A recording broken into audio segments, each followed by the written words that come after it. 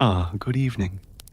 I'm Professor Sleepington, your guide through the least thrilling lives ever lived.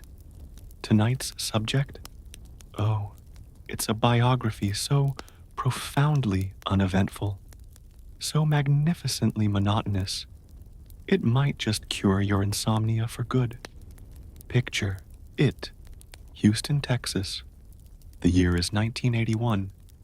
The heat is heavy, the grass is tired, and in one of the city's quieter suburbs, a child named Beyoncé Giselle Knowles enters the world. Her first cries are met not with fanfare, but with a nurse mildly noting her healthy lungs and a faint resemblance to her uncle on her mother's side.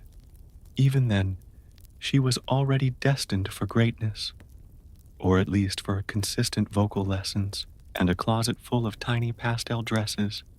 So, before you get comfortable, take a moment to like the video and check if you're subscribed to the channel, because several viewers of the channel are complaining that YouTube is removing their subscriptions, but only if you genuinely enjoy what I do here. And while you're here, let me know in the comments, where are you listening from, and what time is it there? It always amazes me how this sleepy little ship we're sailing reaches every corner of the world.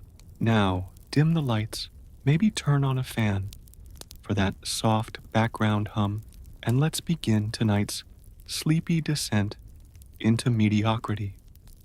Beyoncé's early years are a haze of ballet slippers, church pews, and the faint scent of pressed hair.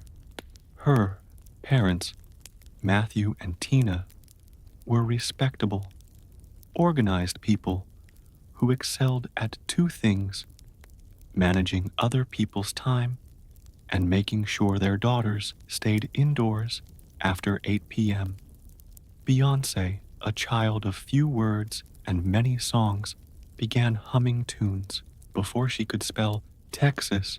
Family gatherings often ended with her being nudged to the center of the room, where she would perform with the enthusiasm of someone promised dessert afterward.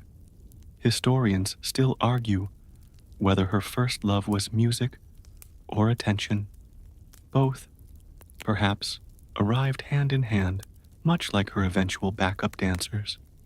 But in those early years, it was just Beyoncé, a karaoke machine, and a deep sense that the living room carpet would one day be replaced with a red carpet. Spoiler, it wouldn't. The carpet stayed until 1998, and it was brown.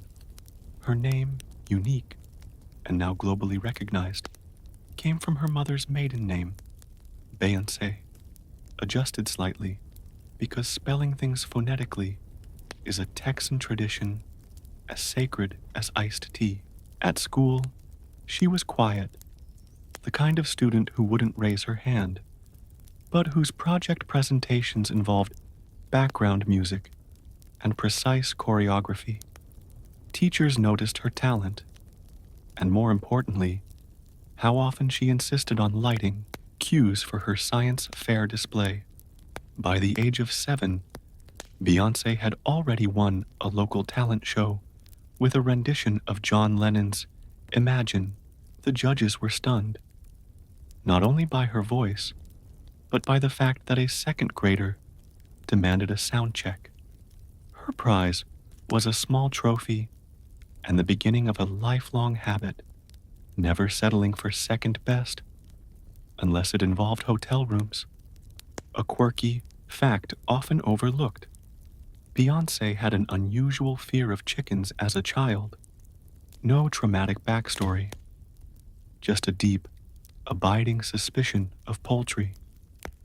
Her cousin once dared her to feed one in a petting zoo, and she responded by composing an original song titled Feathers of Doom.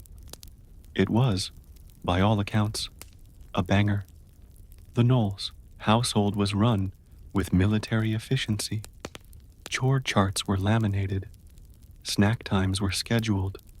Matthew, a Xerox executive, believed in results. Tina, a hairstylist with impeccable taste in throw pillows, believed in polish. Together, they crafted not just a home, but a launchpad. Bedtime stories were replaced with inspirational speeches. If you wanted water, you had to harmonize the request. There's still debate among family members about when Beyoncé truly realized she was meant for the spotlight. Some say it was when she received a standing ovation at a church recital. Others insist it was during a neighborhood talent show where she outshined a boy doing karate to Eye of the Tiger. Either way, destiny had entered the chat, and it wasn't leaving. Her younger sister Solange would later follow in her footsteps, though with noticeably more side parts and existential lyrics. At this point in time, Solange was mostly known for asking lots of questions and borrowing Beyoncé's glitter pens without asking. By the age of 9, Beyoncé was rehearsing with what would become Girls' Time, a group so aggressively rehearsed they could have passed for synchronized swimmers had they not been afraid of humidity. Auditions were relentless, feedback was blunt, and matching outfits were non-negotiable. Childhood? Optional. And so, our tale of gradually ascending stardom begins not with fireworks or record deals, but with laminated schedules, suspicious poultry, and a deeply committed 9-year-old who knew how to sing in key while doing lunges. Riveting. By the early 90s, the air was thick with ambition and also with Aquanet hairspray. Girls' Time, Beyoncé's precocious musical group, was preparing to dazzle anyone within a 3-mile radius of a mall food court. The lineup? A rotating cast of glittery tweens with synchronized finger snaps, whose combined vocal power could wake a light sleeper, but probably not a heavy one. They rehearsed in Tina Knowles' salon, where customers were treated to a blowout and an impromptu performance of I Will Always Love You. Feedback was polite, mostly. Occasionally, a woman would leave mid-curl, muttering something about too many key changes. Matthew Knowles, sensing that managing copy machines was too stable, decided to quit his corporate job to manage the group full-time. His plan? Turn these local prodigies into global sensations through sheer willpower, a lot of pastel denim, and strategic shout-outs to Oprah. The group performed at talent shows, parades, and once at a car dealership grand opening, where their choreography was almost upstaged by an inflatable gorilla. Still, Beyoncé's focus was unwavering, while others worried about jelly shoes or beanie babies. She was fine-tuning harmonies and stage presence. At 11, in 1993, they auditioned for Star Search, the pinnacle of televised mediocrity. Dressed like futuristic cowgirls and armed with dance moves sharp enough to confuse time travelers, they sang their little hearts out. They lost to a band called Skeleton Crew, whose biggest talent was existing briefly and then vanishing into historical obscurity. The loss didn't discourage Matthew. It ignited something, possibly indigestion, but more likely obsession. He reorganized the group, trimmed the lineup, added vocal coaching, and renamed them Destiny's Child after a passage in the book of Isaiah that no one has ever fully explained. It sounded profound, or at least copyrightable. By this point, Beyoncé had become the undeniable center of the group. Her voice, polished, her dancing, metronomic, her interview presence, somewhere between polite robot and earnest school principal. Solange, ever the observer, began journaling lyrics about the psychological toll of living near a fog machine. Beyoncé's schooling was now a combination of private tutors, on the road homework, and stern lectures from Matthew about branding. She could recite multiplication tables and also explain the difference between a record label and a distribution deal. Childhood, still optional. In 1997, the group finally got signed by Columbia Records. The moment was almost underwhelming. No confetti, no screaming crowds, just a stack of papers, a moderately enthusiastic handshake, and a silent agreement that from now on, everything would be slightly exhausting. They released their first album the following year. It performed modestly, which in industry terms means didn't tank, but no one's grandmother bought it. Still, Beyoncé's solo parts stood out.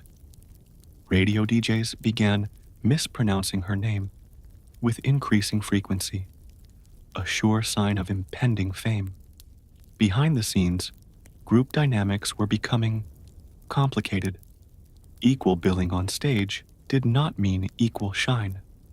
Beyoncé was becoming the one. Others noticed. Others were not thrilled.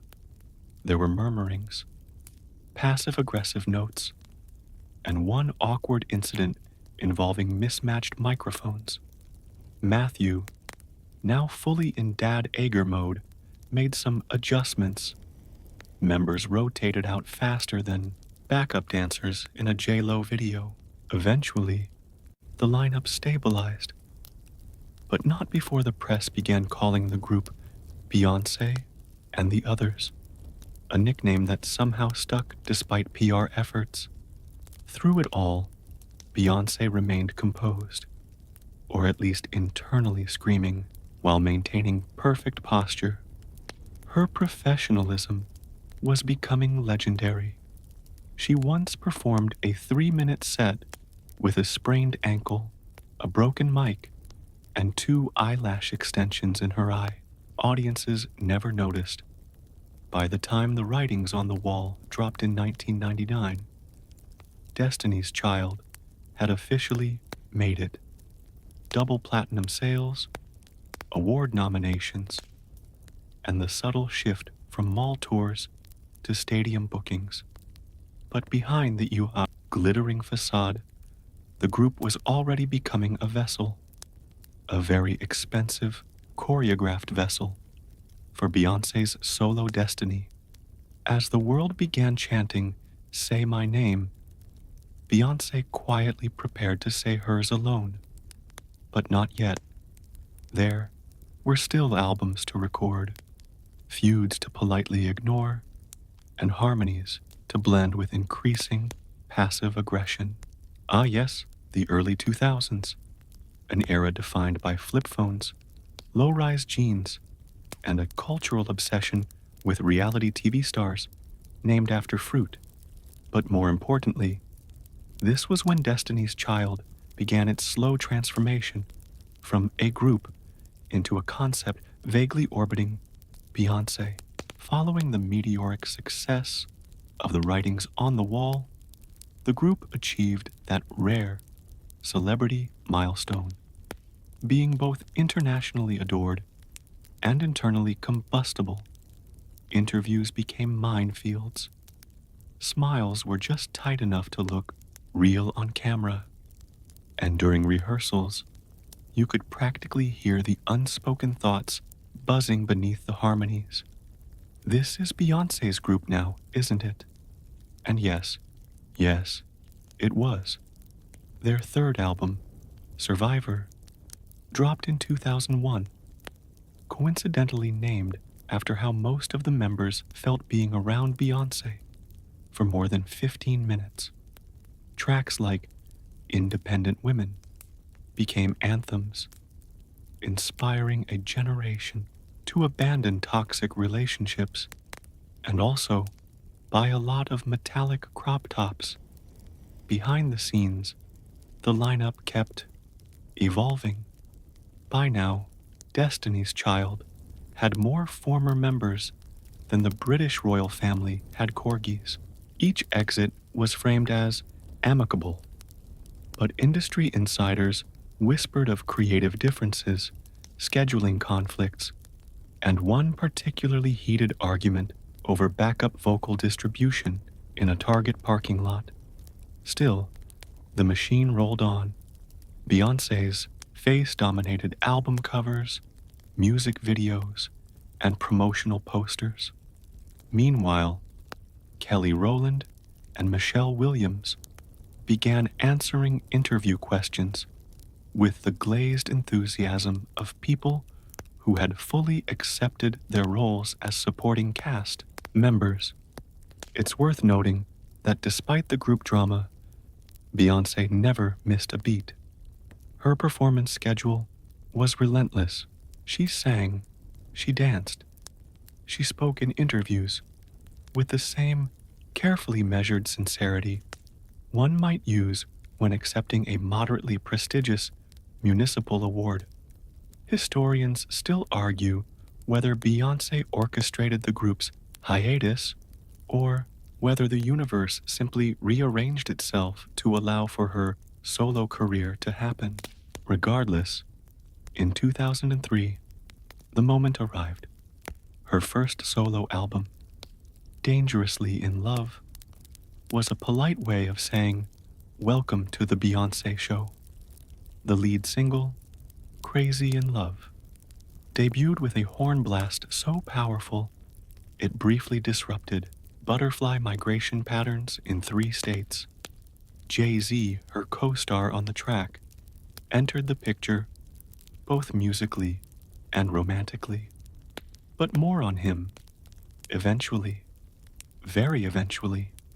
The album cover, Beyoncé posing like a disco angel at a glitter factory.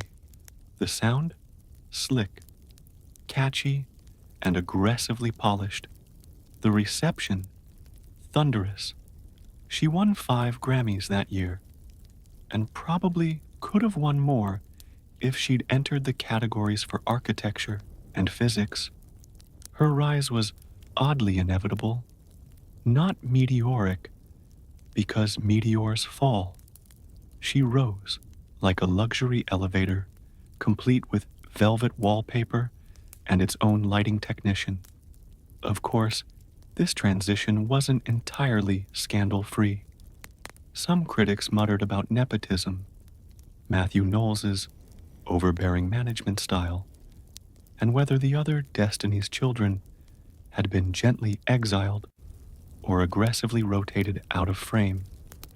Beyoncé, for her part, responded with a perfect blend of humility and barely concealed triumph. By now, her public image was becoming strangely flawless. She didn't stumble. She didn't rant. She didn't get photographed eating hot Cheetos at gas stations at 3 a.m. Her interviews were soft-spoken essays on work ethic. Her hair always caught the wind just right. Even the paparazzi couldn't catch her blinking. Meanwhile, Destiny's Child reunited briefly in 2004 because apparently closure sells records. Destiny Fulfilled was released to decent fanfare and moderate applause. It was the musical equivalent of a high school reunion, pleasant, nostalgic, and filled with the underlying knowledge that no one was really staying in touch after this. The group disbanded again shortly after. This time, it stuck. There were no farewell fireworks or teary press conferences, just a quiet understanding that Beyoncé's career had entered its next inevitable phase, the solo reign. From that moment on, the world would know Destiny's Child not as a girl group, but as a prequel, a footnote, the polite opening act to a one-woman show that would span decades, continents, and more costume changes than the average Olympic ceremony. As for Beyoncé, she was already planning her next move, with all the intensity of a general at war and the calm of someone who always knew she'd win. The year is 2003. While most of the world is still arguing over whether low-carb diets are a passing trend or a nutritional revolution, Beyoncé Knowles releases Dangerously in Love and begins the slow, calculated process of absorbing the entire music industry into her gravitational field. Let's not pretend this was a spontaneous leap. No, it was the culmination of meticulous planning, years of media grooming, and a schedule so dense with rehearsals it could be classified as geological strata. From the first horn blast of Crazy in Love, it was clear Beyoncé wasn't here to experiment. She was here to dominate. With velvet gloves and precision choreography, Jay-Z appears beside her in the music video, wearing a bemused smirk, as though he's just realized he's dating a woman whose ambition is measured in supernovae.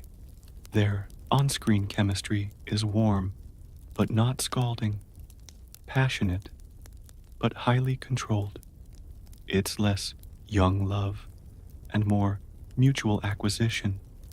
The visuals are glossy, the dance moves tight, the wind machines employed with great discipline.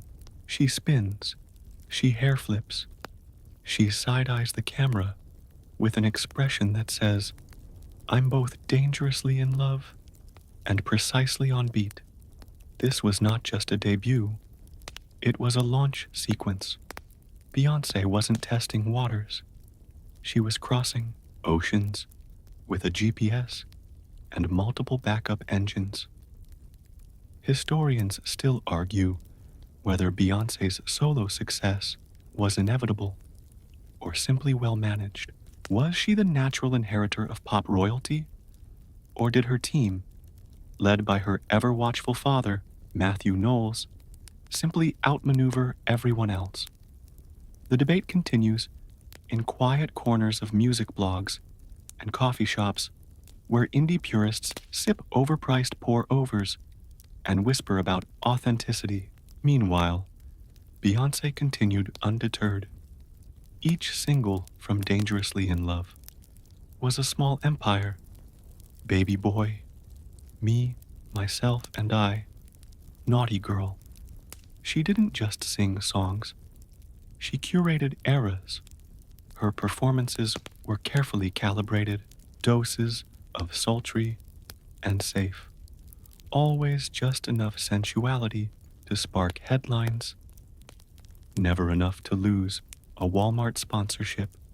Her live shows began taking on the crispness of military drills, each movement timed to the millisecond. Microphones became extensions of her will.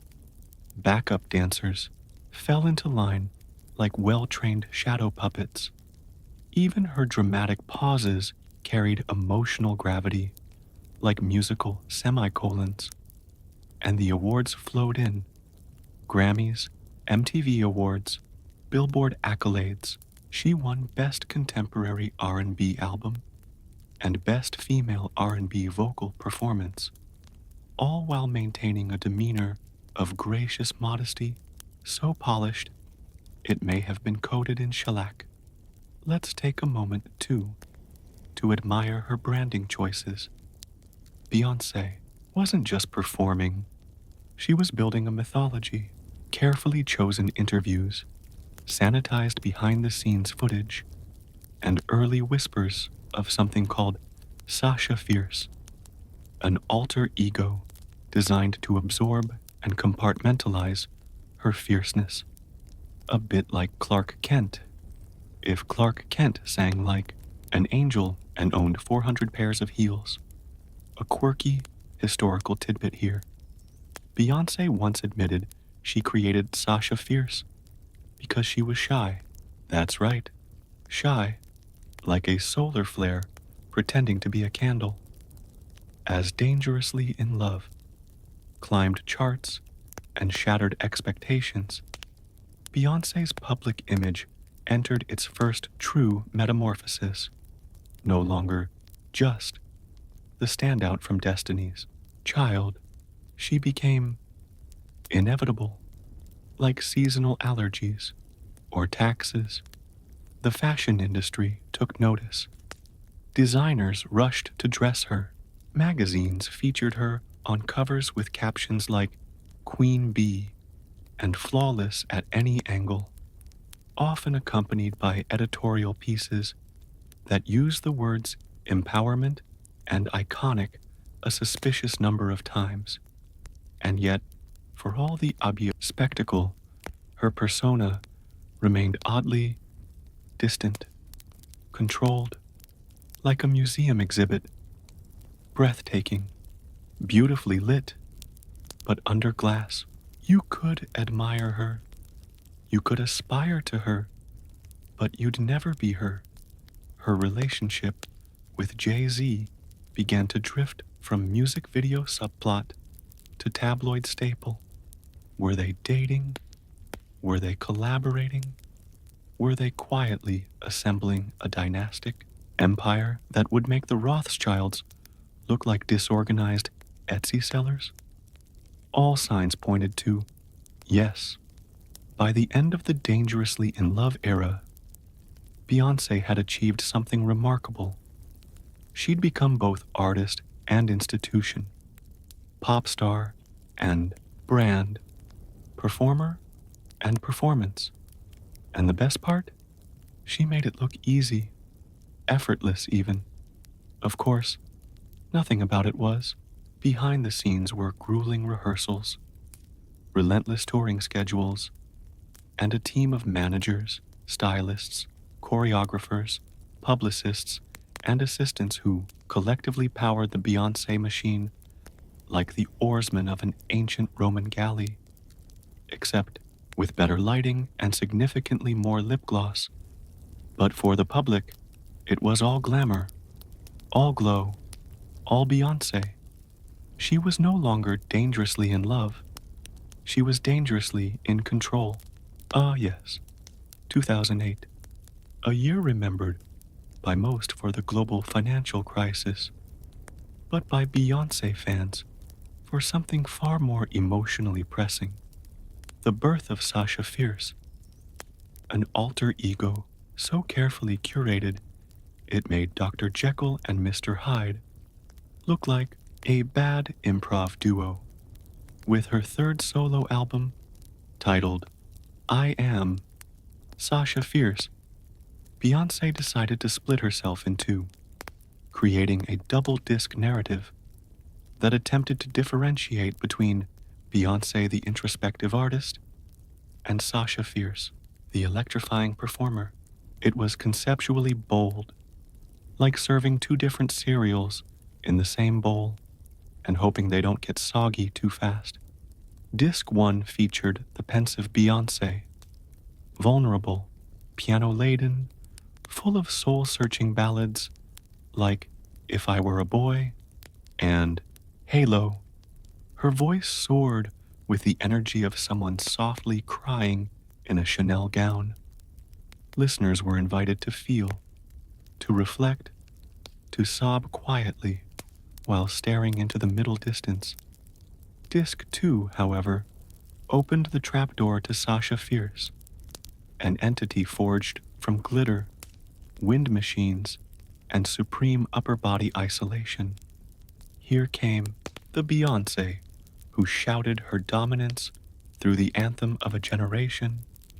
Single ladies, put a ring on it. A song so catchy, so universally empowering, it instantly transformed millions of wrists into tiny, sassy metronomes. The music video was minimalist, just Beyoncé, to backup dancers and choreography so precise it may or may not be used in NASA training modules. The leotard became a cultural phenomenon. So did the hand flip. So did the ring. But was Sasha Fierce real? Was she necessary? Or was she a marketing maneuver cloaked in pop psychology? Critics scratched their chins.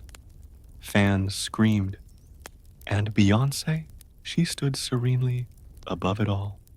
Both participants in and curator of her myth. Let's pause here to appreciate how even her wild side was carefully gated. Sasha Fierce didn't do scandal. She didn't party recklessly or give cryptic interviews from inside nightclubs. She just danced a little harder, stared a little fiercer, and maybe wore eyeliner with a touch more vengeance. It was edgy, but not too edgy.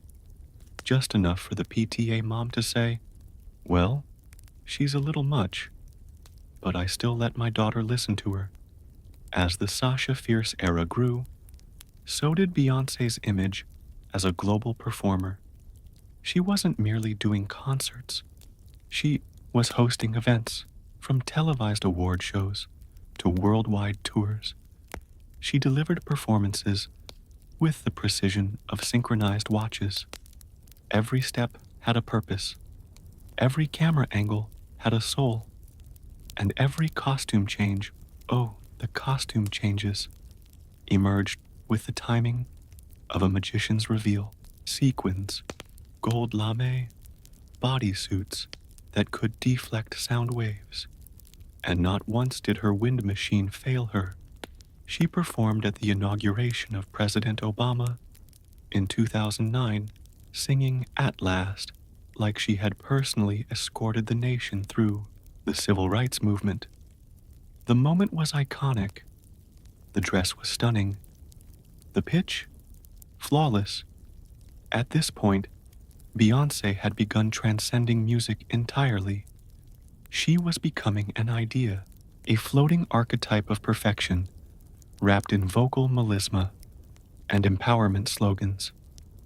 Let's not forget the memes.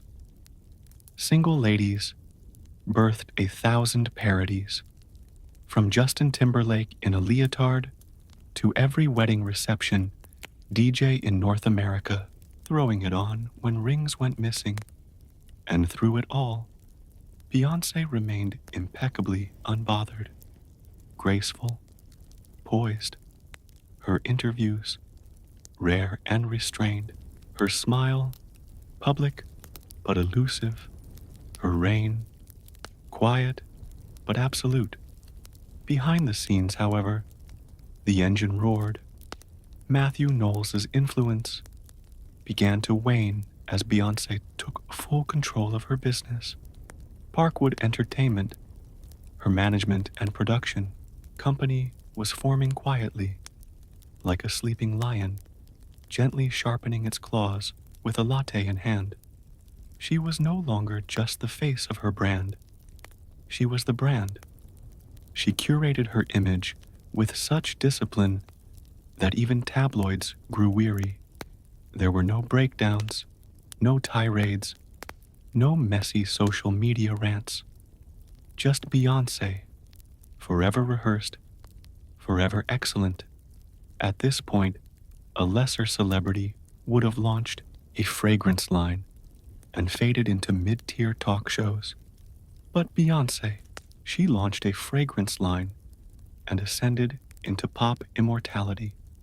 She continued releasing hits, but more importantly, she began defining cultural moments.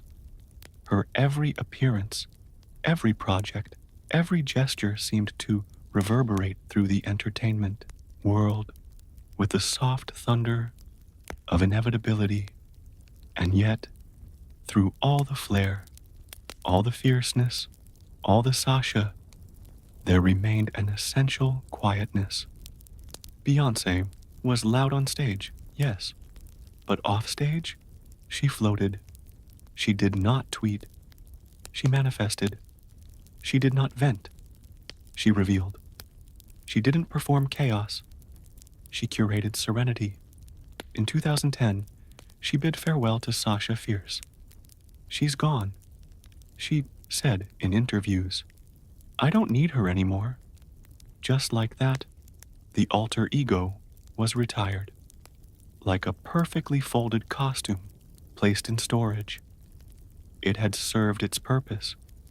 The message was clear. Beyoncé had absorbed the fierce. She no longer needed an alias to deliver power. She was the power. Beyoncé's fifth studio album was released in December 2013 with absolutely no warning, which you'd think would be thrilling. But no, let's decelerate that moment until it's dull enough to flatten time itself. It was a quiet evening, not for the internet, of course, but for Beyoncé. It was probably a Tuesday. She uploaded the entire album to iTunes. Songs, videos, the whole shebang. No press junket, no glittery countdown, just a tap. Perhaps even a yawn. Historians still argue whether she pressed the button herself or whether it was a scheduled release. Fascinating. If you're into digital logistics, the album was self-titled Beyoncé. Inventive, right? It featured 14 songs and 17 music videos. That's more than your average pop release, but still less than the number of times you'll check your phone while listening to this. Each song came paired with a video, because why stop at music when you can add moving images of yourself walking slowly through stylish corridors? One particularly memorable video involved Beyoncé lounging in a bathtub, which scholars of the mundane often compare to Napoleon's habitual post-battle soaking. Both involved warm water and reflective silence, though only one had a Grammy on the line. The album's themes included feminism, sexuality, love, and motherhood. But let's not get too excited. The way Beyoncé delivered these themes was somehow simultaneously explosive and subdued, sort of like a firecracker, muffled by an expensive pillow. Sales skyrocketed, over 800,000 digital copies in 3 days. But what's 800,000 when your eyes are gently drooping and your limbs sink into the mattress of indifference? One of the songs, Drunk in Love, became a chart topper, which meant it played in gyms, clubs, and dentist offices for months. The line Surfboard became a cultural reference no one asked for, leading to awkward memes and marketing decisions involving literal surfboards in places surfboards had no business being. You'd think all this excitement would wake someone up, but no, the delivery was just too curated, too chic, too softly lit, like falling asleep under a fashionable chandelier. This digital drop, as people called it, is often credited with changing the music industry. Suddenly, everyone from Taylor Swift to Radiohead thought, what if we just released things? Like, whenever. And yet, the truly revolutionary part of the Beyoncé album wasn't the music. It was the silence before it, the calm before the cultural storm, the digital void from which it emerged. It was, in the purest sense, a whisper that somehow thundered. Historians still debate whether this move was planned years in advance or improvised on a whim. Some believe it involved a team of digital strategists, astrologers, and marketing shamans. Others suspect Beyoncé simply got bored one evening and thought, sure, let's toss it out now. The lack of confirmation fuels the boredom even Further, a lesser-known track on the album, Haunted, includes a slow-motion scene where Beyoncé walks down a hallway. She does this quite a bit, walking, looking, not quite going anywhere, just existing. And in a way, aren't we all just walking down our own metaphorical hallway, unsure whether we're heading to the kitchen or to global pop domination? Naturally, critics gushed. They always do. Words like iconic, genre-defying, and bold floated across headlines like petals on a breeze. But we here, under the calming guidance of Professor Sleepington, know better. This wasn't a storm. It was a drizzle of meticulously controlled visuals and audio files that arrived without the courtesy of a doorbell. In conclusion, the digital drop of Beyoncé was a landmark event in the most understated way possible. No warning, no fuss, no sleep lost. Unless, of course, you count the peaceful slumber it induced in those seeking drama and instead finding artful inertia.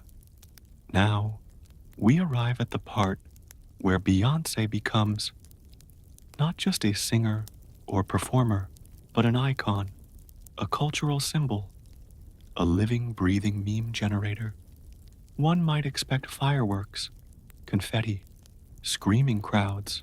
Instead, let us observe the slow, deliberate layering of reputation, like applying cold cream before bed.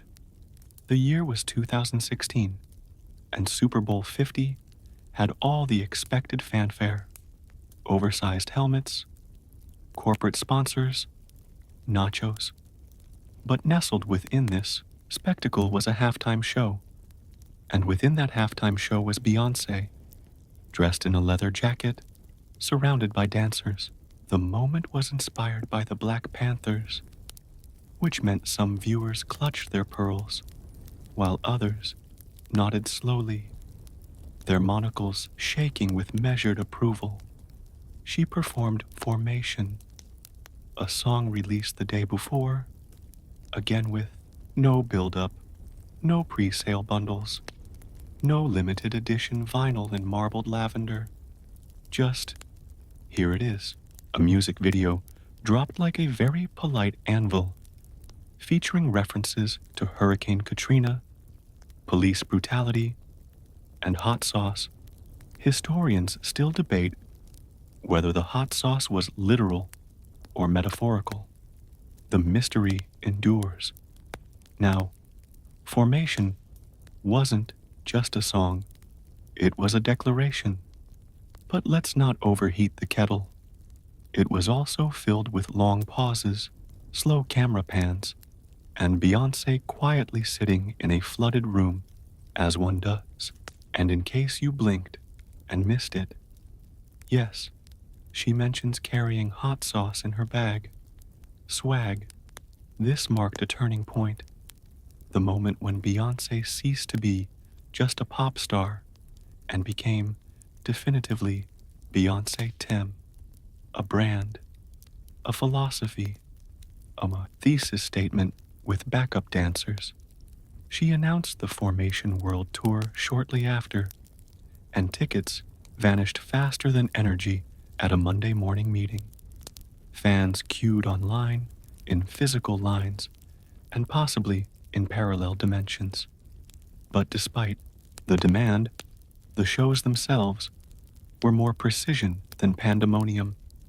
Each performance a seamless symphony of stagecraft, choreography, and perfectly timed wind machines. Critics were delighted. Again, bold, visionary, postmodern ballet with trap beats. One reviewer wrote that watching Beyoncé was like attending church, only louder and with more sequence. Yet under the surface, there was no chaos, no spontaneous combustion, only control, calm, calculation. The Super Bowl performance stirred controversy Naturally, pundits discussed it on slow news days. Op-eds fluttered across digital screens. Was it too political? Not political enough. Historians still argue about the actual intent, with some suggesting it was a well-timed provocation, and others claiming it was simply another Tuesday in Beyoncé's planner. Meanwhile, the internet did what it does best, made memes. Beyoncé's posture, expressions, and even her hair became GIFs, looping forever through cyberspace, each frame an echo of cultural importance, or at the very least, a well-lit shrug. Let's also note the increase in academic attention. By this time, Beyoncé had become a staple in university syllabi, with full courses dedicated to her lyrics, visuals, and career trajectory.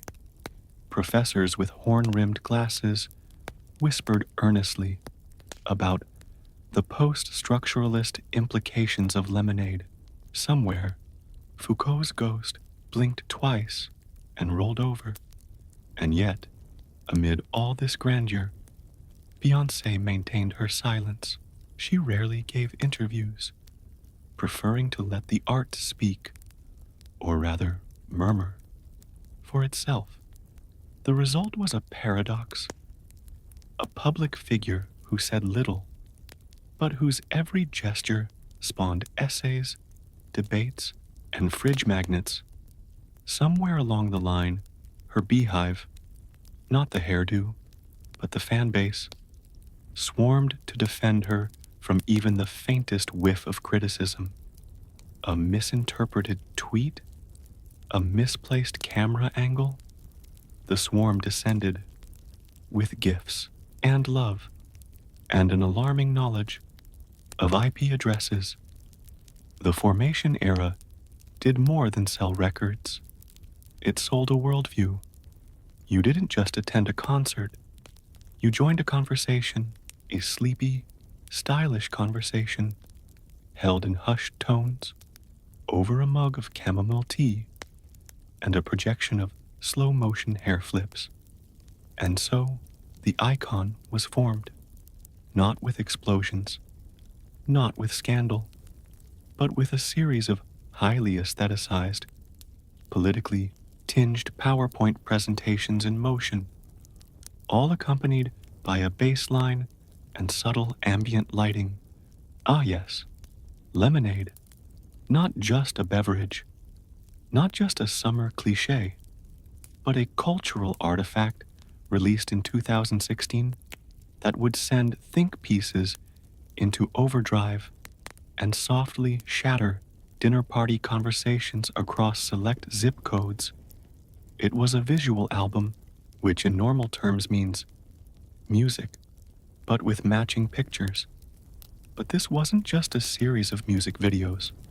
Oh no, Beyoncé served us a 65-minute film divided into chapters: intuition, denial, anger, apathy, emptiness, accountability, reformation, forgiveness, resurrection, hope, redemption. Like therapy, but in HD. And of course, the release was, again, a digital stealth operation. There were no teaser trailers, no morning show interviews, no hint that Queen Bey was about to ladle out scalding poetic fury between piano chords. It aired on HBO, that cozy, corporate womb of adult dramas, before appearing on Tidal, Jay-Z's music platform that most people only remembered existed in moments like this. The album opened with spoken word poetry.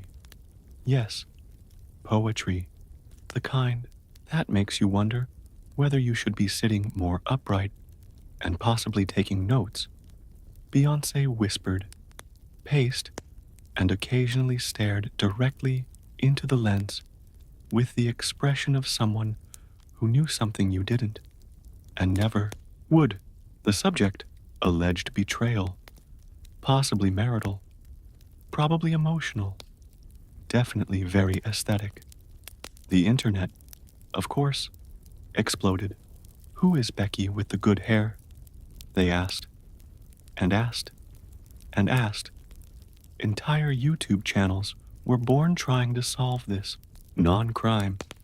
But let us, for a moment, admire the cinematic language. Beyoncé, in a mustard yellow dress, swinging a baseball bat down an empty street, smashing cars with the kind of grace typically reserved for Olympic figure skaters. Fire hydrants burst. Security cameras melted under her gaze. Still, somehow, she looked moisturized and spiritually centered. Each chapter of Lemonade introduced a new mood, each more exasperated and glamorous than the last.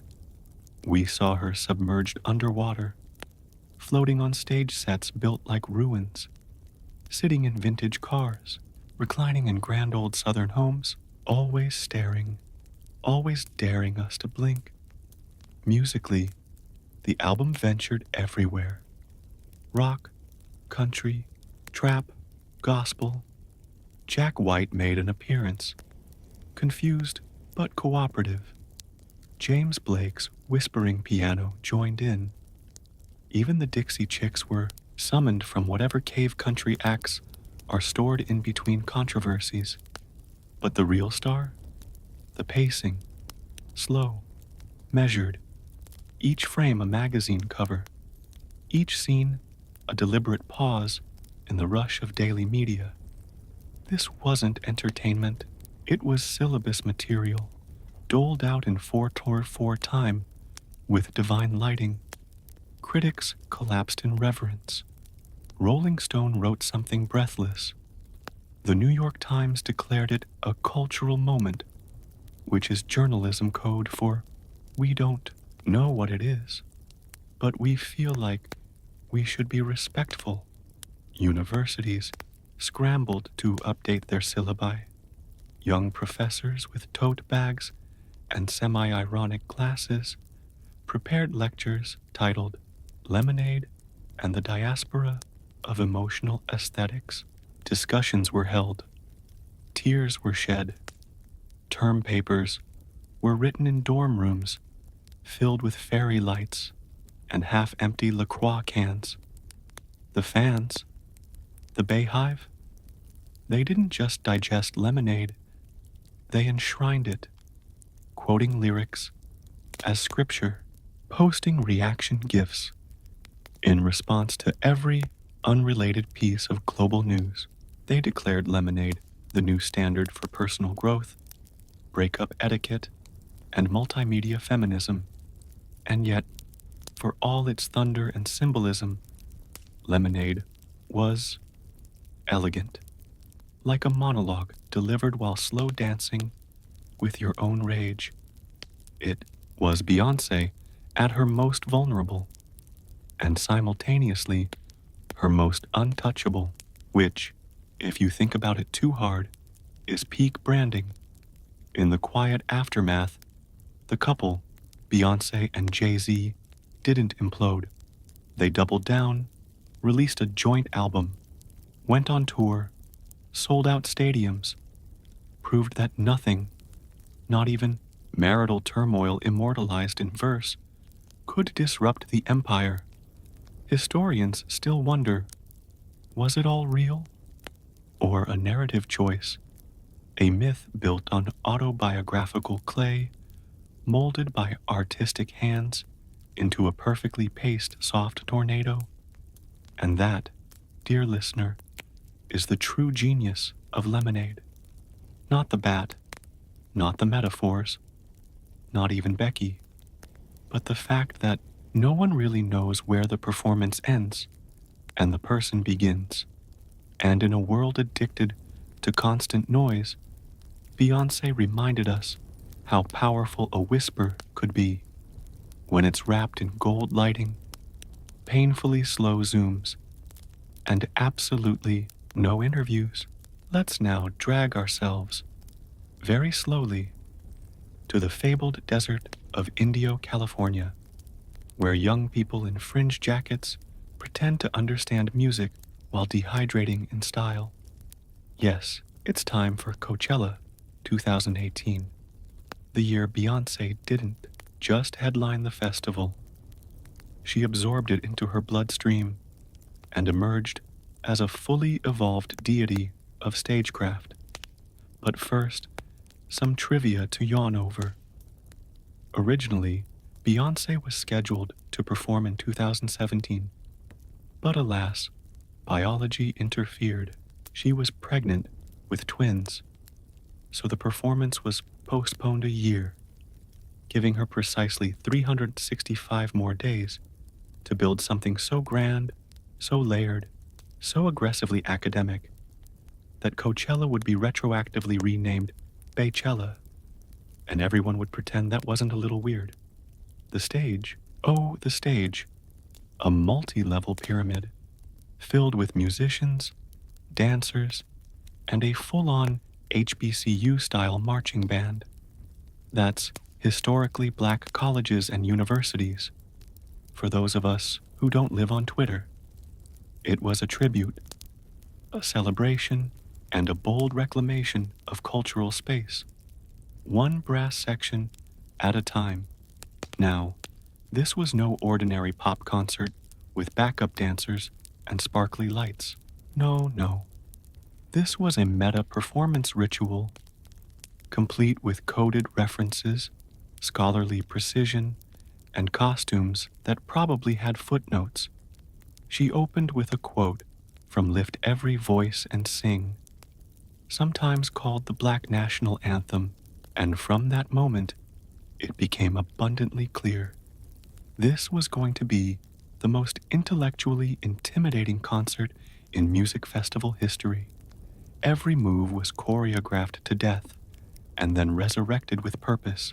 Beyoncé strutted in, draped in a cape reminiscent of an Egyptian pharaoh.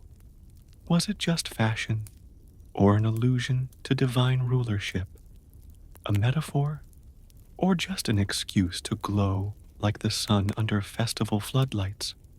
She sang, she stomped, she delivered monologues with the gravitas of a Shakespearean actor who just discovered the concept of slay.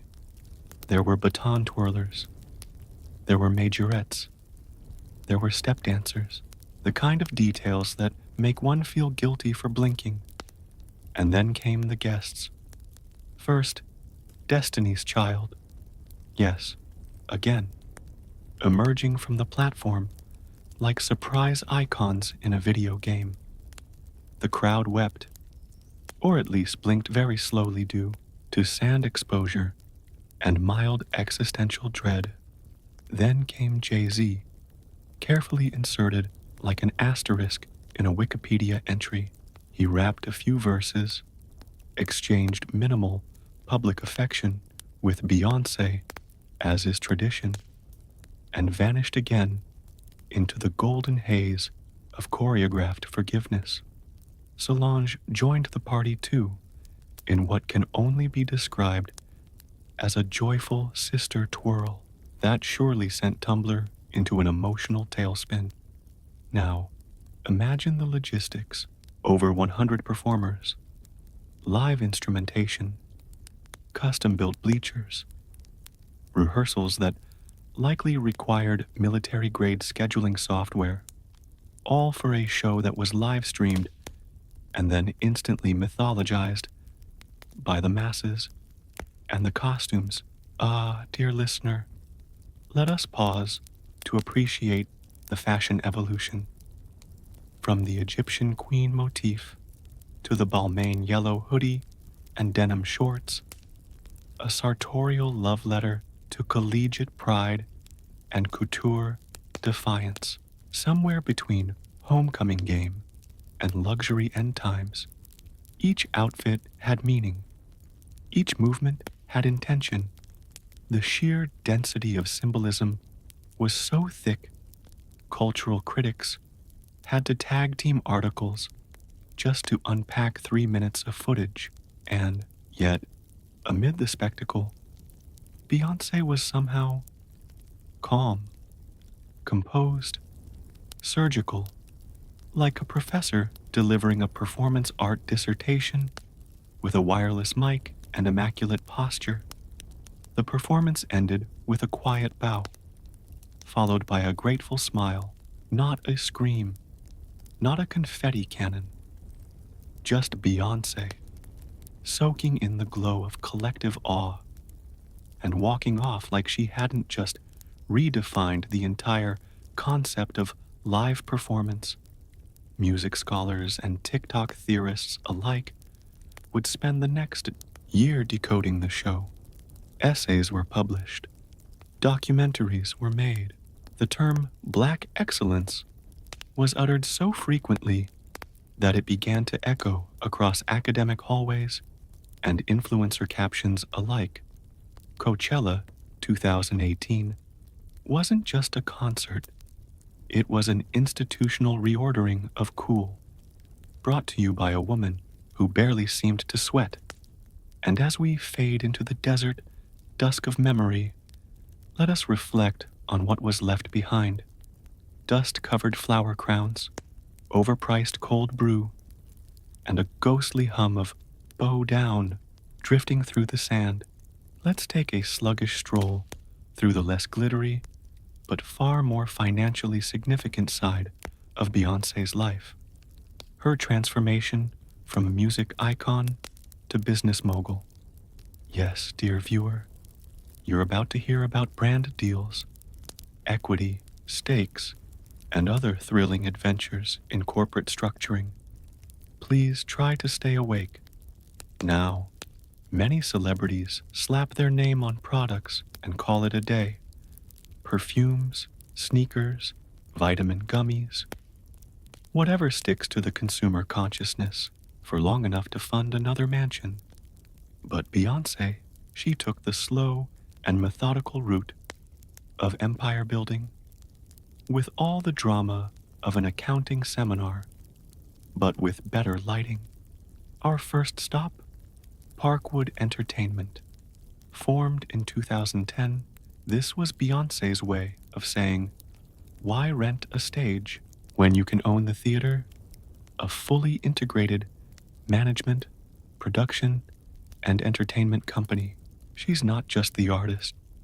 She's the executive producer, the creative director, and probably the one who signs the snack invoices. Through Parkwood, she's produced her albums, visuals, and yes, that little Super Bowl halftime show you may have heard about. It was a power move, so subtle, most fans didn't even notice she had become her own boss, distributor, and general overseer of all things Beyoncé. Now let's drag ourselves gently to her fashion endeavors. Enter Ivy Park, a collaboration with Adidas that fused streetwear, performance gear, and just enough neon to cause philosophical debate among fashion students. Was it athletic couture, high-end leisure wear, a wearable metaphor for confidence? Honestly, who knows? The marketing, flawless. Each drop was a cultural event, released in color-themed capsules with names like Icy Park or Flex Park.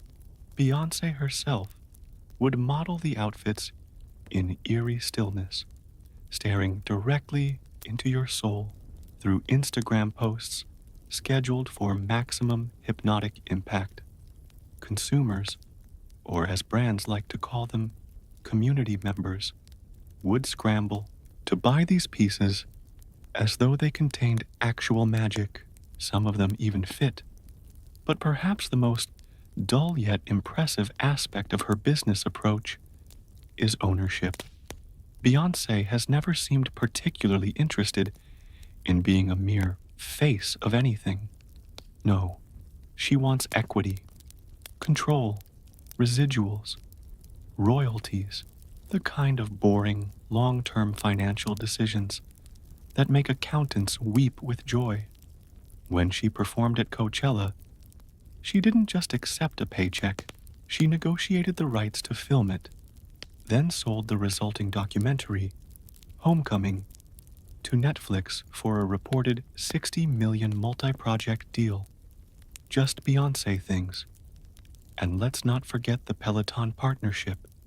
Yes, Beyoncé became the face of stationary cardio during the pandemic. Her music was embedded into Peloton workouts, and suddenly, millions of sweat-drenched fans were squatting to Crazy in Love, while being yelled at by highly motivated instructors. Other mogul moments include investments in Uber, endorsement, deals with Pepsi, fragrance lines, and Tidal, the streaming service co-owned with Jay-Z that tried to fight Spotify with artist-first ideals and a complicated interface. The secret sauce here isn't just diversification, it's seamless branding.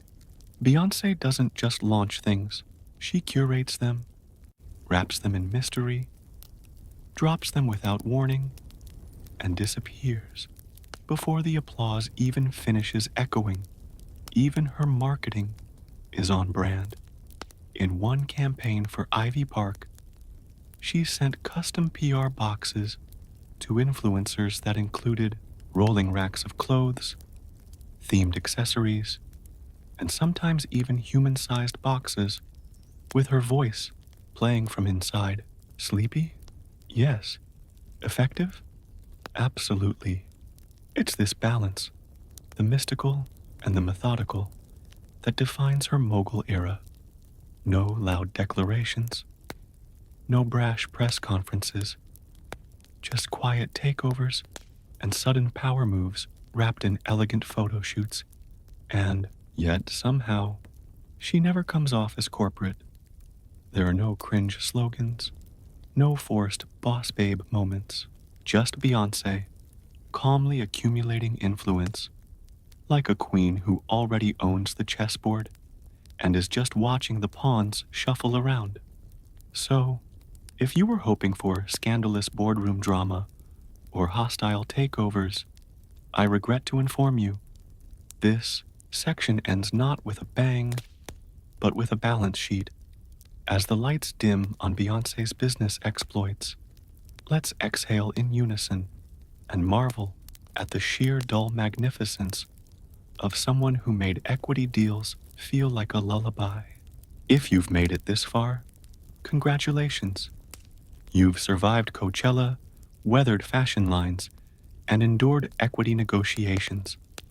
And now, dear Insomniac, we arrive at perhaps the most understatedly overhyped phenomenon of all, the Beyoncé effect. Sounds like a sci-fi virus, doesn't it? But no, it's a real thing. Sociologists whisper about it in sleepy academic journals. Marketing executives chant it during candlelit strategy meetings. Fans post about it on forums with usernames like YasQueen94, and it all boils down to this. When Beyoncé breathes in a particular direction, culture shifts. Let's start with a basic premise. Beyoncé doesn't chase trends. She sets them. And by sets, we mean obliterates the existing playing field and quietly replaces it with a velvet-covered stage of her own design. A humble move, really. Take the surprise album drop. Beyoncé in 2013.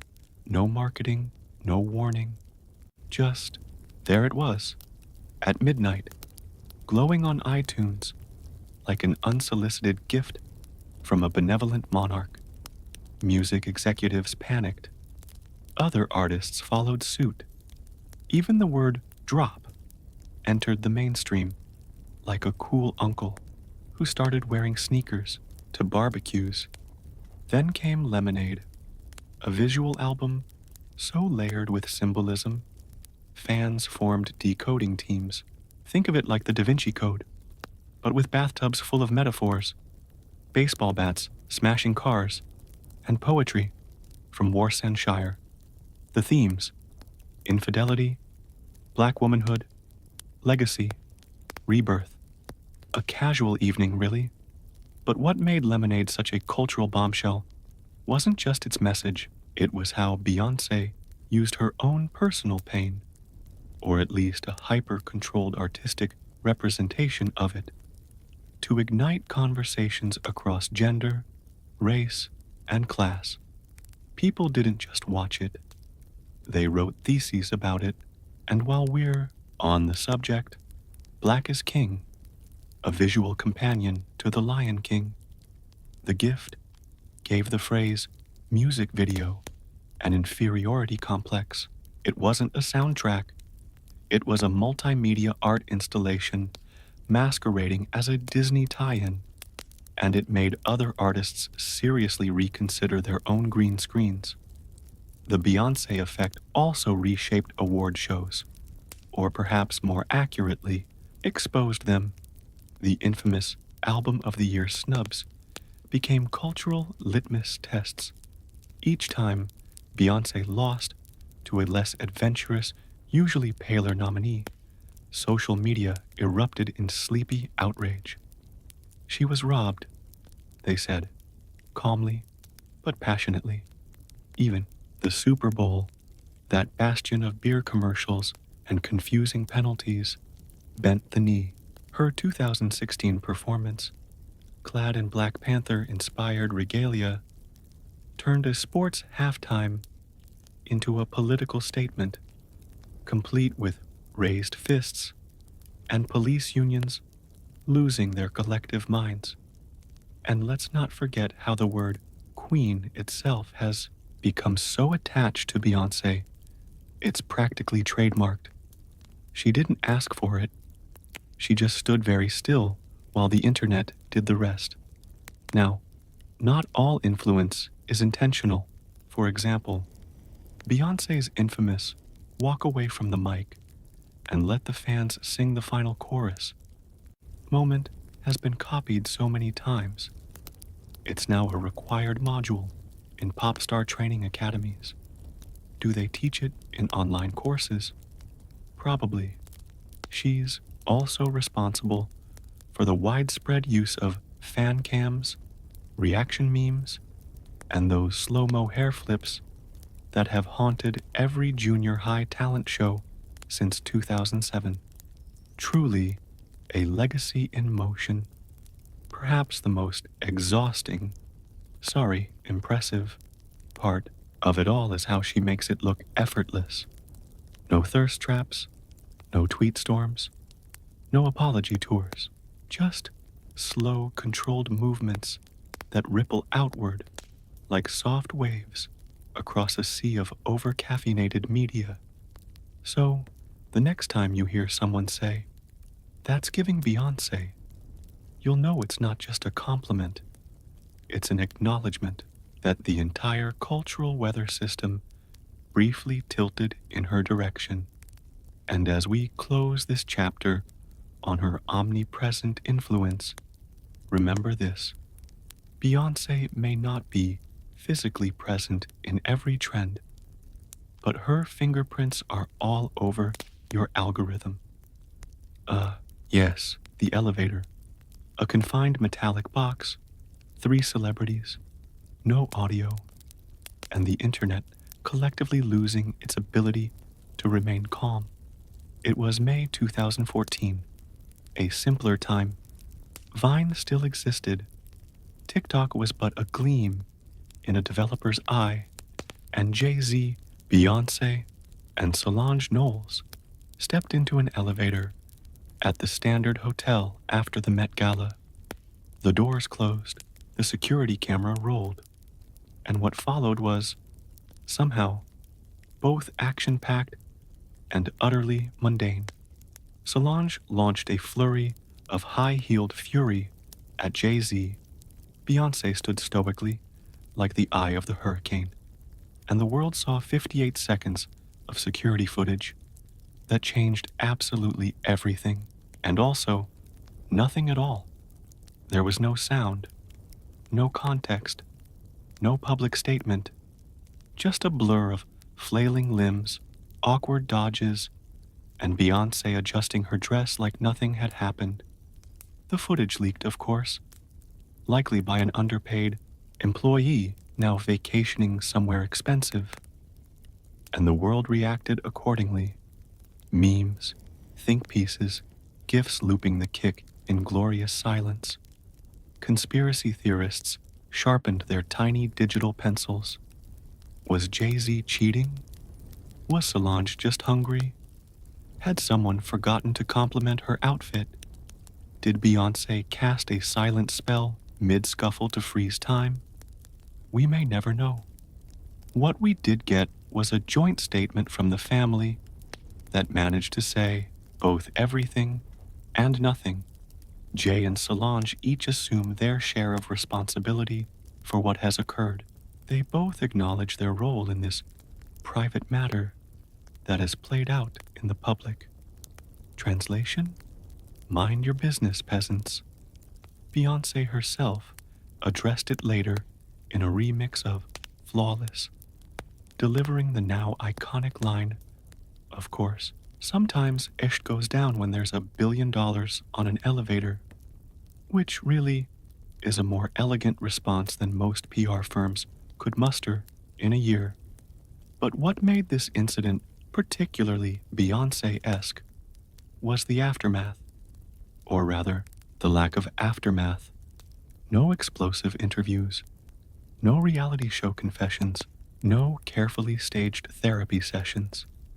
Instead, Beyoncé posted photos of herself and Solange smiling, then her and Jay-Z on a yacht, then another vacation, then a concert, and just like that, the narrative was hers again. The elevator incident became a cultural mirror. People projected their own dysfunction onto it. Feminists praised Solange for standing up. Others bemoaned violence. The memes came fast, furious, and then, like all things online, vanished into the digital mist. Meanwhile, Beyoncé remained quiet, controlled, strategic. She never denied what happened. She simply transcended it. And perhaps that's the lesson. In a world where everyone's first instinct is to explain, justify, and overshare, Beyoncé's silence was louder than any press tour. The elevator wasn't just an elevator. It was a lesson in power management. Historians will debate wars, elections, and revolutions. Pop culture historians, they will remember the moment when Solange turned a confined metal box into a mythological site of modern lore. And Beyoncé? She just stood there, perfect posture, unbothered, probably humming something only dolphins could hear. April 23rd, 2016, a Saturday, a day like any other, until it wasn't. Without warning, HBO aired a mysterious, hour-long visual album by Beyoncé titled Lemonade. No trailers, no press tour, no awkward talk show appearances, just a title, a time, and 1 million stunned viewers suddenly questioning their relationships, their wardrobes, and their cable subscriptions. Lemonade was intense, emotionally raw, beautifully filmed, the kind of album you could write dissertations about, and many did. Some wrote essays, some wrote fan fiction, some just cried, but mostly people asked, did Jay-Z cheat on Beyoncé? Because Lemonade wasn't subtle, not even a little. From the moment Beyoncé snarled, "You can taste the dishonesty. It's all over your breath," the internet collectively dropped its lemonade and whispered, "Oh no, he didn't." Each track told a story of betrayal, rage, sorrow, healing, and finally, forgiveness. Chapters were named things like Denial, anger, and redemption. There was fire, baseball bats, poetry, bathtubs, and poetry in bathtubs. And then came her, Becky, with the good hair. Simple line, a cultural detonation. He only want me when I'm not there. He better call Becky with the good hair. And just like that, Lemonade went from art to a national emergency. The search for Becky began. Rachel Roy, Rita Ora, even designer Rachel Zoe were all dragged into the crosshairs. Hair texture became a trending topic. Instagram comments turned into battlefields. Beyoncé, of course, said nothing. Jay-Z? Silent. Solange, probably sharpening her heels. It was, ironically, the most public expose of a private pain, but still controlled with surgeon-like precision. The visuals were lush and symbolic. Plantations, ancestral lines, flooded houses. It wasn't just about her marriage. It was about Black womanhood, legacy, resilience, Southern Gothic aesthetics, and yes, lemons. One moment, Beyoncé was smashing car windows. The next, she was levitating in a field of wildflowers. Just when you thought she was about to confirm everything, she served a metaphor instead. And then came the reconciliation imagery. Jay-Z appears, looking subdued, vulnerable, possibly scolded. They hold hands, they smile, they heal. And the final message was clear. Yeah, he might have messed up, but we're bigger than that. We're staying together. Deal with it. Lemonade was a triumph, a work of art, a deeply personal, wildly universal, wildly memeable experience, and it became something even rarer, a public airing of grievances that actually resulted in growth, or at least a Grammy nomination. Historians still argue whether Lemonade was literal autobiography, metaphorical storytelling, or a strategic PR masterstroke wrapped in a couture dress and dipped in golden honey. But what they don't argue is its impact. It changed music. It changed marriages. It definitely changed how people look at elevators. And Beyoncé? She made her pain profitable, palatable, powerful. Then she put it in a box set and sold it to you for $1,799 on iTunes.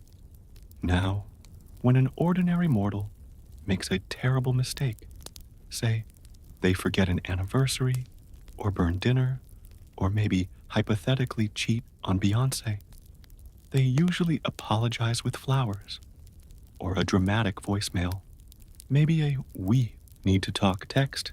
Jay-Z, he recorded an entire album. Released in 2017, 444 arrived with the energy of a man who just finished sleeping on the couch for 12 months straight and was finally being allowed back into the bed with conditions. The title track, 444, wasn't a love song. It was a full-blown, whispered confession, a sigh of regret set to a beat. He rapped about therapy, infidelity, his failures as a father, his wounds, her pain. It wasn't a flex. It was a flinch. I apologize, often womanize. Took for my child to be born to see through a woman's eyes. For the first time, Jay-Z sounded human. Not a mogul, not a legend, just a guy who had royally messed up and was now begging for forgiveness. Through carefully curated lyrics, soulful samples, and a lot of humility. The production, mostly handled by No ID, was stripped down and soulful. There was no bravado here, No club anthems, just rawness, and not just in the lyrics, in the marketing too. The album debuted on Tidal. There were cryptic subway posters in black and white, and the cover, just a pale peach background with the numbers 444 slapped on. Minimalism, regretcore, very much I'm in trouble and trying to look calm. And it wasn't just about the cheating. Jay-Z tackled financial literacy, legacy, black empowerment, and his mother's coming out story, all within a neat 36-minute runtime. Critics loved it, fans forgave him, or at least they tried. Historians still argue whether 444 was a genuine act of contrition or a masterclass in damage control disguised as vulnerability. Some say it was brilliant, others say it was convenient. Everyone agrees it was awkwardly timed, just after Lemonade, just before the On the Run 2 tour, which featured both of them together again. And yes, they went on tour, because nothing says we're working through things like selling out stadiums while singing songs about betrayal on opposite sides of the stage. Backstage, we can only imagine. Hey, remember that verse where I called you out? Remember the time I almost threw your whole empire off a balcony? Let's go make $100 million together. And so they did. The juxtaposition of Lemonade and 444 created something rare in celebrity culture, a public narrative arc of rupture and repair. It was Shakespearean. It was poetic. It was highly profitable. More importantly, it reintroduced Beyoncé, not just as a victim or a queen, but as someone who had the power to destroy and the grace to choose not to. Jay-Z got to keep his marriage, his family, his brand, and somehow our respect. And Beyoncé, she got the last word, as always. By 2018, Beyoncé and Jay-Z had become more than just icons. They were a franchise, a lifestyle, a brand synergy so strong it could sell everything from perfume to personal redemption. So naturally, after Lemonade and 444, they did what any healing, emotionally complex couple would do. They went on tour, together. Yes, dear listener, the On the Run 2 tour. Because what better way to rebuild trust than performing to 2.1 million people across 48 stadiums in matching outfits, while casually referencing infidelity, betrayal, and the slow crawl toward forgiveness, all while suspended from floating platforms. Now, don't get too excited. This wasn't a confessional booth. It was more like performance therapy, with pyrotechnics. The visuals were, predictably, immaculate. Beyoncé glowed. Jay-Z existed. There were costume changes, cinematic interludes, and tender hand-holding moments designed to look spontaneous but rehearsed to the nanosecond. At one point, they broadcasted footage of themselves renewing their vows, as if to whisper to fans, "See, we're fine. We're healed. Please enjoy this next song about emotional devastation." Historians still argue whether the tour was a genuine celebration of love or a high-grossing exercise in public rebranding. Some say it was healing in motion.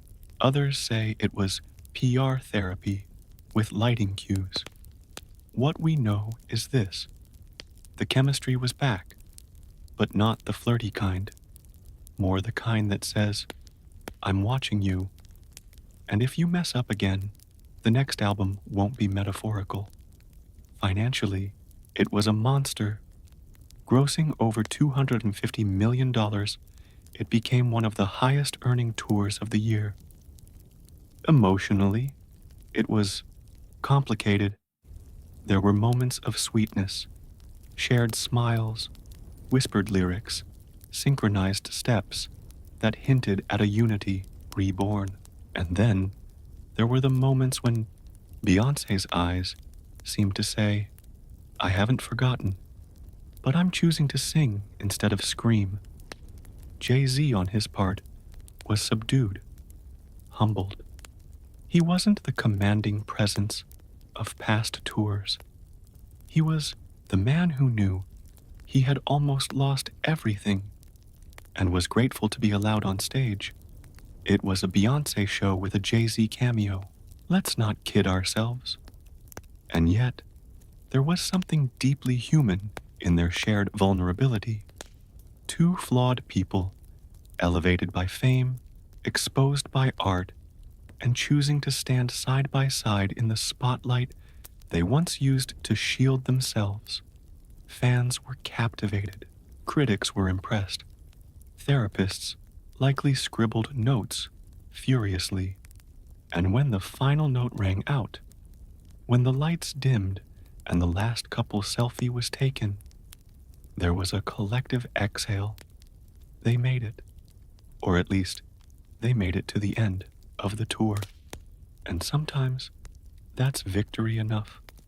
By 2018, Beyoncé and Jay-Z had become more than just icons.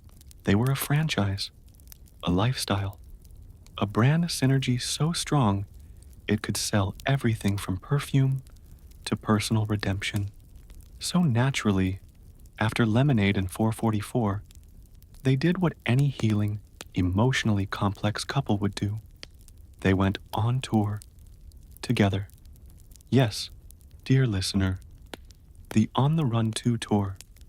Because what better way to rebuild trust than performing to 2.1 million people across 48 stadiums in matching outfits, while casually referencing infidelity, betrayal, and the slow crawl toward forgiveness, all while suspended from floating platforms? Now, don't get too excited. This wasn't a confessional booth. It was more like performance therapy, with pyrotechnics. The visuals were, predictably, immaculate. Beyoncé glowed. Jay-Z existed. There were costume changes, cinematic interludes, and tender hand-holding moments designed to look spontaneous but rehearsed to the nanosecond. At one point, they broadcasted footage of themselves renewing their vows, as if to whisper to fans, see, we're fine, we're healed. Please enjoy this next song about emotional devastation. Historians still argue whether the tour was a genuine celebration of love or a high-grossing exercise in public rebranding. Some say it was healing in motion. Others say it was PR therapy with lighting cues. What we know is this. The chemistry was back, but not the flirty kind. More the kind that says, I'm watching you, and if you mess up again, the next album won't be metaphorical. Financially, it was a monster. Grossing over $250 million, it became one of the highest earning tours of the year. Emotionally, it was complicated. There were moments of sweetness, shared smiles, whispered lyrics, synchronized steps that hinted at a unity reborn. And then there were the moments when Beyoncé's eyes seemed to say, I haven't forgotten, but I'm choosing to sing instead of scream. Jay-Z on his part was subdued, humbled. He wasn't the commanding presence of past tours. He was the man who knew he had almost lost everything and was grateful to be allowed on stage. It was a Beyoncé show with a Jay-Z cameo. Let's not kid ourselves. And yet, there was something deeply human in their shared vulnerability. Two flawed people, elevated by fame, exposed by art, and choosing to stand side by side in the spotlight they once used to shield themselves.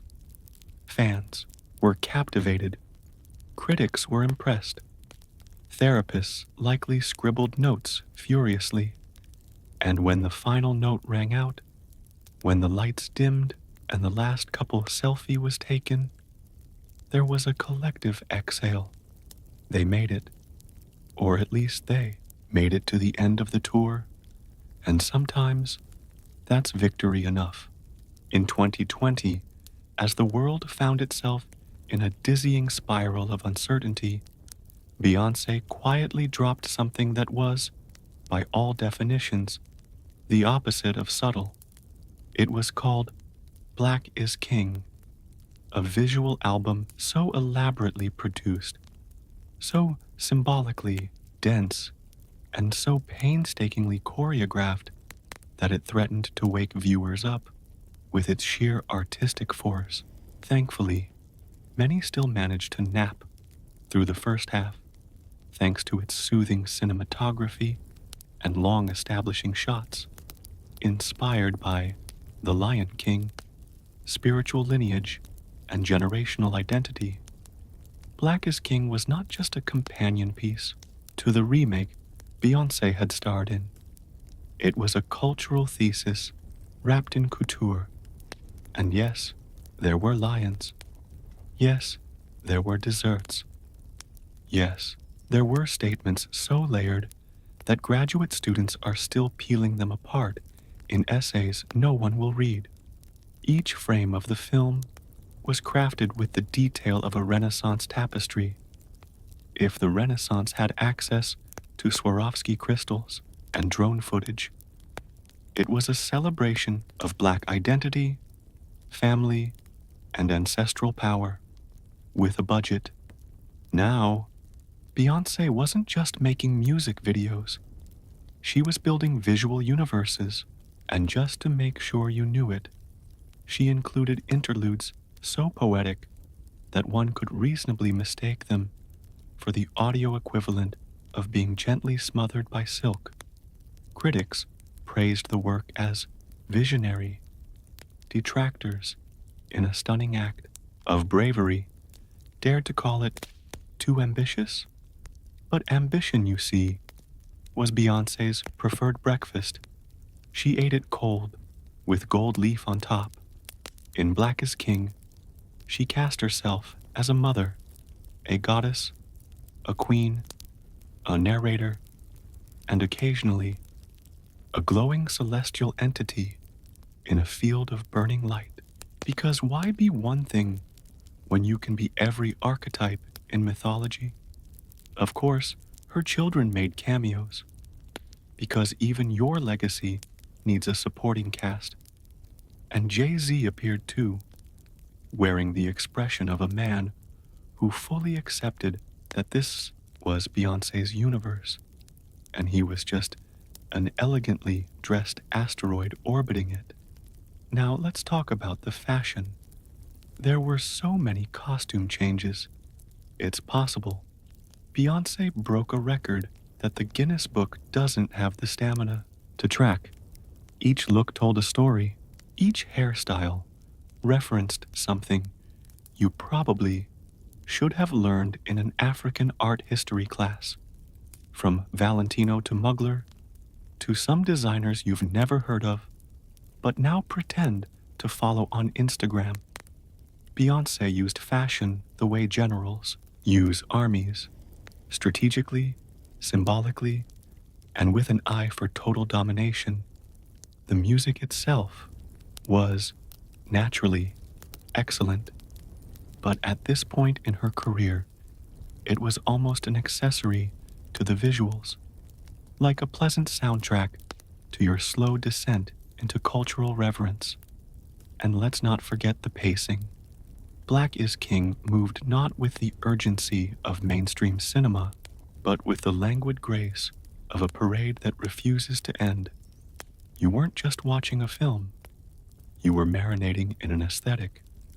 Some compared it to a dream, others, a meditation, For many sleepy viewers, a rather luxurious nap they were happy to replay. Academics called it Afrofuturist. Fans called it a spiritual cleanse. Critics called it dense and gorgeous. You might call it that one with all the glowing paint and the kids in crowns. Regardless of label, Black is King cemented one thing. Beyoncé wasn't merely an entertainer. She had become a cultural architect, designing monuments of meaning in 4K. And while some struggled to keep up or stay awake, the message was clear. Art can be activism, beauty can be political, and Beyoncé, she could do whatever she wanted, whenever she wanted, from whichever dimension she currently resided in. Was it digestible? Not really. Was it accessible? Only with a decoder ring and 5 cups of herbal tea. But was it beautiful? Indisputably. A lullaby for the eyes, a story without rush, a bedtime fable soaked in symbolism and Swarovski. And as you rest your head now, lulled by thoughts of desert crowns and velvet skies, know this: even in her most epic artistic statements, Beyoncé never rushes, because the queen doesn't chase time, she bends it, softly, like a silk robe in the wind. At some point, Beyoncé ceased being a pop star and quietly transformed into an empire that didn't conquer nations but instead monopolized attention spans, slowly and with perfect lighting. Welcome to Beyoncé, Inc., a soft-spoken behemoth that stretches from music and fashion to streaming deals and global brand strategy. Her net worth, somewhere around $1 billion, give or take a few passive income streams you'll never understand. And how did she build this emporium of elegance? Not by chance, not by scandal, but by meticulously turning every breath she exhaled into intellectual property. Let's begin with Parkwood Entertainment. What sounds like a retirement community is, in fact, her production and management company. It produces films, music, commercials, and, most importantly, Beyoncé. Because Beyoncé produces Beyoncé, thank you very much. Then there's Ivy Park, her activewear line. Because nothing says fitness like leggings designed by a woman who can perform choreography while suspended upside down in a harness. Partnering with Adidas, Ivy Park launched collections that sold out in minutes, leaving fans joyfully panicked and mildly traumatized, because nothing nourishes the soul like losing a battle to an online checkout queue. And let's not forget endorsements. Beyoncé doesn't just do product placement. She redefines it. She doesn't promote Pepsi. She becomes a carbonated allegory of triumph. She doesn't wear Tiffany diamonds. She reincarnates Cleopatra at a Met Gala for the modern economy. Every deal, every image, every brand is chosen with the precision of a surgeon who also happens to moonlight as a deity.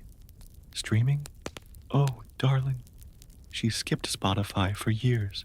She dropped Lemonade exclusively on Tidal, Jay-Z's streaming service, causing waves of frustration, piracy, and ironic loyalty. Fans who hadn't heard of Tidal before suddenly downloaded it in an act of cultural submission, and yes, some of them forgot to cancel the subscription. But beyond the numbers and the brands, what makes Beyoncé Inc. such a sleepy giant? It's the intentionality. Nothing is rushed. Nothing is leaked. Nothing is spontaneous. unless spontaneity has been choreographed and signed off by 3 stylists, 2 lawyers, and 1 spiritual advisor.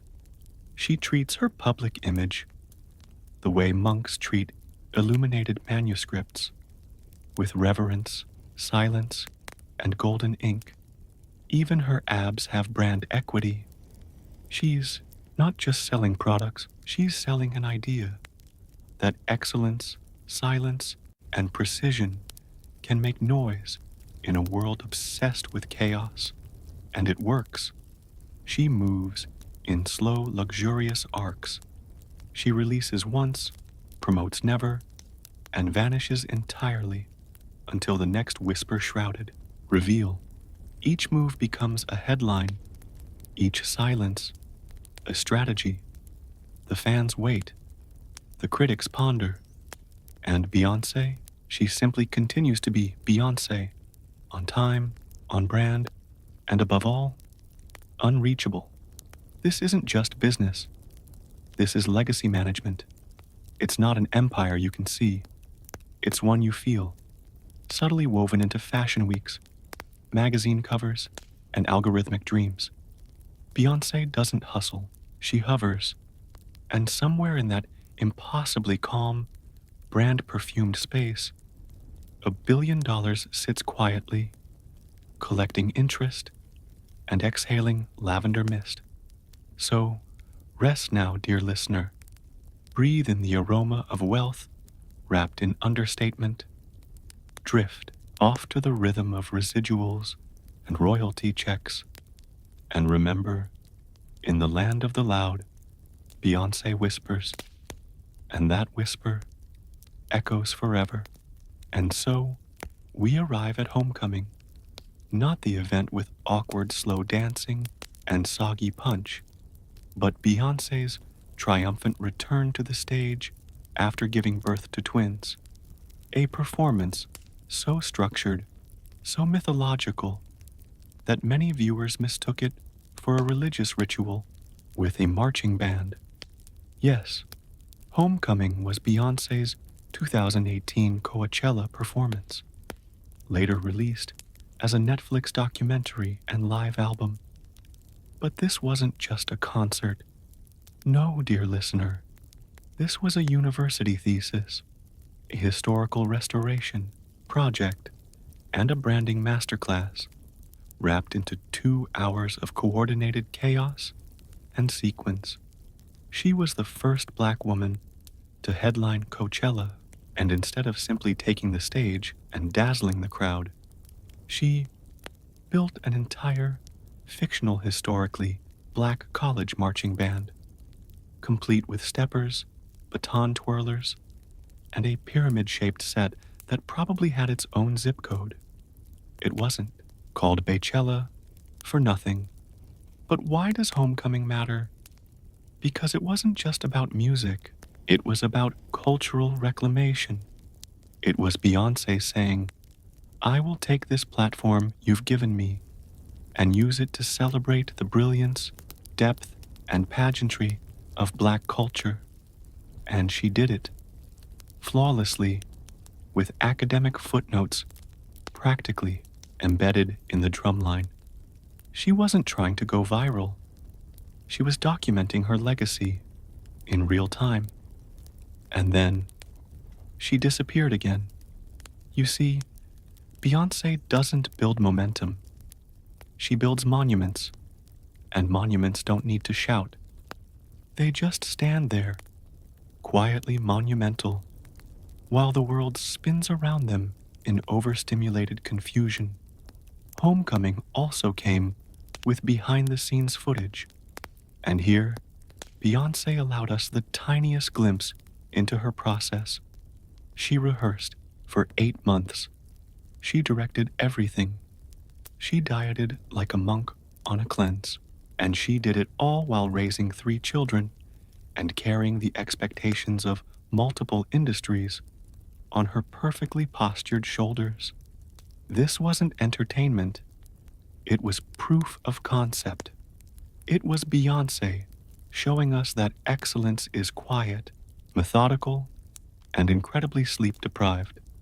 And in true Beyoncé fashion, Homecoming became the most watched music documentary on Netflix in its release week. Because of course it did. She could drop a documentary about folding laundry, and it would spark a national conversation on the symbolism of wrinkles. But Homecoming was something else entirely. It was political, it was poetic, it was Beyoncé turning performance into permanence. And while others fight for visibility, Beyoncé masters the art of the strategic vanish. She appears when it matters, and when she leaves, you feel it. Even her absence has gravitational pull. That's the power of stillness, of showing up exactly once and making it echo for years. Most artists tour endlessly. Beyoncé tours strategically. Most artists flood the market. Beyoncé releases with intention, and Homecoming was perhaps her quietest scream. It didn't demand attention. It simply refused to be ignored.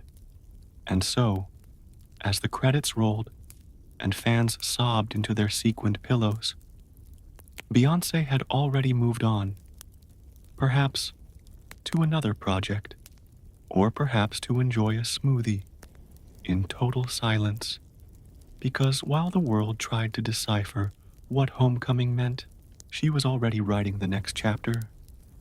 And that, dear sleeper, is how you lead without moving. In the final measure of this elongated lullaby, Beyoncé no longer performs. She reigns. She doesn't release music. She bestows it. She doesn't respond to trends. She arrives, late, elegant, and already transcending whatever fad was trying to define the moment. The throne? Yes, it's hers. But it's not loud. It doesn't glimmer unnecessarily or creak under weight. It's upholstered in velvet and silence. By this stage in her life, Beyoncé Giselle Knowles Carter had amassed awards, wealth, acclaim, a family, and something most celebrities never touch: mystique. You know what she lets you know. You see what she shows you. And even when she shares her most personal moments, you feel like she's still 10 steps ahead, narrating the parts she's already transcended. Her social media presence is sparse. No chaotic live streams, no spontaneous rants from the car, no captions that read like therapy transcripts, just curated images, sculpted sound, and long pauses between projects. Pauses that somehow say more than most artists' full catalogs. Beyoncé had become less of a person and more of a gravitational field. She no longer needed to prove anything. She wasn't chasing relevance. She had redesigned what relevance meant. She had grown out of the industry's expectations. She had transcended genre, platform, era, even Beyoncé herself. Because what is a queen without a court? A sovereign without a kingdom? Apparently, just Beyoncé, still building, still rehearsing, still quietly changing the shape of culture by simply existing. She no longer screams empowerment. She embodies it. No longer lectures about excellence. She demonstrates it. And perhaps the most impressive part, she makes it look exhausting. Not dramatic, not chaotic, just deeply, structurally, overwhelmingly exhausting. Like watching someone build a cathedral by hand, in silence, with a single chisel. And as you lie there, barely holding on to consciousness, perhaps it dawns on you: this woman has danced more precisely than most of us walk. She's sung with more control than we breathe. She strategized more carefully than world leaders. And through it all, she's remained iconically tired, in control, unbothered. She is Beyoncé, queen of the quiet throne. And so, dear dreamer, you've made it through the entire life of Beyoncé, slowly told, mildly sarcastic, and heavy with gentle trivia. You've survived the early years, the Destiny's Child boot camps, the solo stardom, the visual albums, the whispered empire building. You've tiptoed across concert stages and silently glided through Super Bowl lights. You've marched with the Coachella band, sat still through the documentaries, and blinked drowsily at platinum plaques. And now, in this final moment, we rest. Let the noise fade. Let the timelines blur. History doesn't end with a bang. After all, not here. It ends with a whisper, a long, drowsy exhale, a soft fade to black, a crown gently tilted as the queen slips off stage, barefoot, humming to herself. Perhaps she's already building something new, or perhaps she's just sitting quietly in a room filled with sunlight, sipping tea and recharging. You too deserve that. Not the throne, maybe, but the peace. So wherever you are, let this be the end of motion. Let this be the part where your mind unwinds and your thoughts scatter like confetti. At the end of a concert no one wants to leave. You're safe now. You're still. You're asleep. Or very, very close. And with that, I, Professor Sleepington, bid you the sleepiest of farewells.